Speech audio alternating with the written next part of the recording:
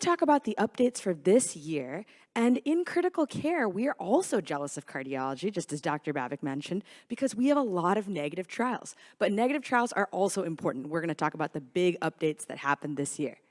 So we're going to divide it up into 4 major parts. First is the most important, which is 2021, October, there was a huge data dump of surviving sepsis update and guidelines. And I read them all, so you don't have to. So we're going to summarize them.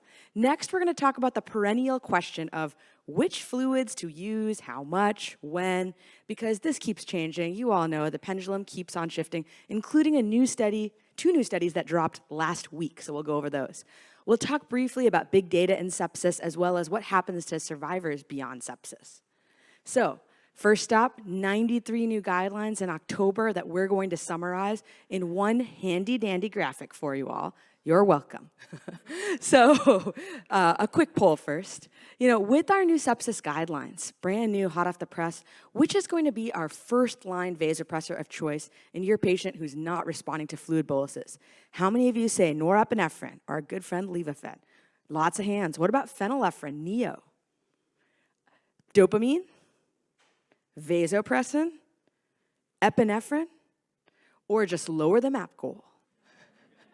Brad likes that. Sounds good. So the answer is norepinephrine, as many of you stated, and we'll talk about why. So here's one table. If you kind of take nothing away from this talk, this is your take-home table, which talks about what are we going to keep doing, what are we going to start doing, and what should we stop doing. What should we keep? Early antibiotic therapy. So there's great data that early antibiotic therapy actually has a mortality benefit in some cases. The earlier the better, within 1 hour. Norepi is still going to be your first-line pressor. And that's for both septic shock as well as cardiogenic shock, or even mixed shock. We'll talk more about that. Addressing goals of care early. We all are really comfortable with doing this as generalists. This is really important for our patients who are getting septic on pressors. What should we stop? Q-SOFA, such a big fad a couple of years ago, talking about the SOFA at these conferences for many years. Now the guidelines say it's actually not that sensitive, not that specific. You can put it back out of your mind. Stick with good old SIRS. Starches and gelatins. Many of us have moved on from that years ago, so that's your albumin, head of starch, etc. The head of starches particularly have no benefit, in fact, evidence of harm. So we'll keep stopping using those.